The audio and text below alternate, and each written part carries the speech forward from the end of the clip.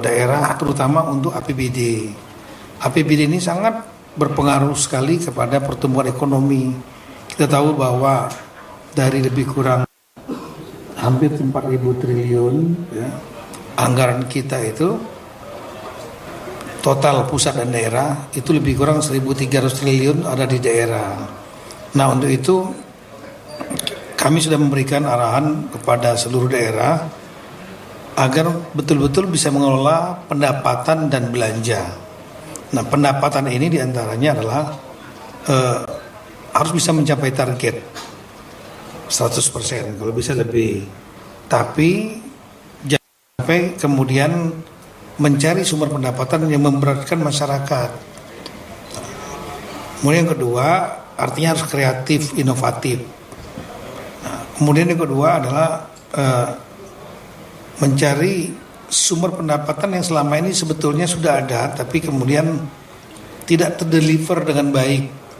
Misalnya pajak-pajak hotel, restoran yang sudah dipajak sebetulnya kita setiap customer yang ada, tapi mungkin nggak masuk ke Dispenda.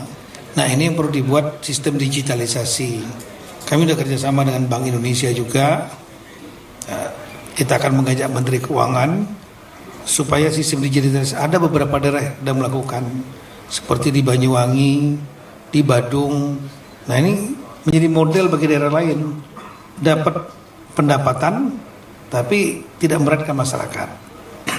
Yang lain adalah mendorong BUMD, Badan Usaha Milik Daerah, supaya BUMD-nya ini yang 1091 itu lebih kurang 30% itu rugi. Ini harus didorong, dibantu untuk mereka bisa profit oriented, mendapatkan keuntungan untuk tambahan pendapatan. Nah, yang lain adalah menangkap program-program pusat yang jumlahnya itu kalau dirupiahkan lebih kurang 1.377 triliun. Ini harus ditangkap baik dalam bentuk MBG, Koperasi Merah Putih, Sekolah Rakyat, Desa Nelayan, dan lain-lain ini harus ditangkap oleh daerah. Kami mengharapkan dengan pendapatan yang banyak, ada pendapatan, maka program bisa jalan untuk mendorong pertumbuhan ekonomi. Nah, dalam konteks ini saya memohon bantuan kepada Polri untuk bersama-sama pemerintah daerah untuk membuat terobosan-terobosan kreatif, sekaligus juga ikut membantu mengawasi. Jangan sampai nanti, mohon maaf, ada kepala daerah membuat kebijakan menaikkan pajak, setelah itu timbul gejolak keamanan, sehingga akhirnya kesian teman-teman Polri menjadi pemadam kebakaran, menyelesaikan masalah. Nah, kemudian untuk di bidang belanja, kami sudah sampaikan, arahan saya kepada teman-teman di daerah, kepala daerah, belanjanya harus betul-betul diefisiensikan. Jangan terjadi pemborosan. Perjalanan dinas yang perlu misalnya cukup 2 kali, jangan dibikin 8 kali. Kalau meeting masih bisa di-zoom-kan dan kuantitasnya sebetulnya cukup beberapa kali, jangan dilebih-lebihkan. Ada beberapa daerah bisa memberikan contoh, bisa mengefisiensikan belanja operasional pegawai, dialihkan kepada belanja yang berdampak kepada rakyat langsung, seperti bangun jalan, irigasi, sekolah, perbaiki puskesmas, dan lain-lain.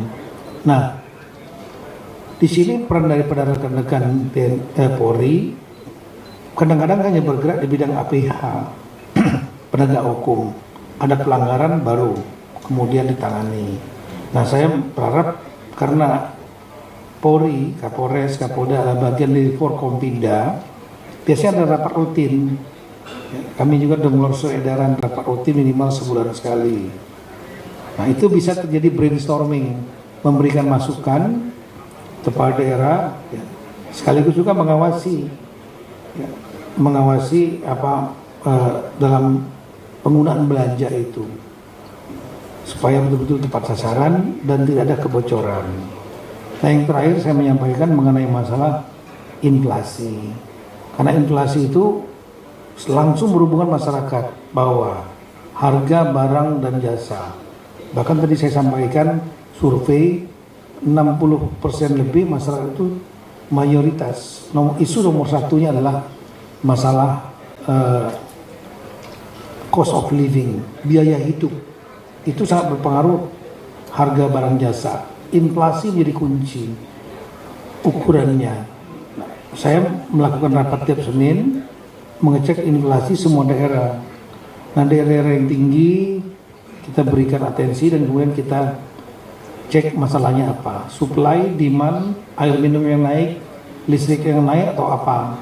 Nah, di sini kami paham bahwa teman-teman kepolisian memiliki jaring luas, ada Satgas Pangan juga, Polri, dan para Kapolres, Kapolda juga biasa juga memiliki kemampuan deteksi di bidang ekonomi, intelijen ekonomi.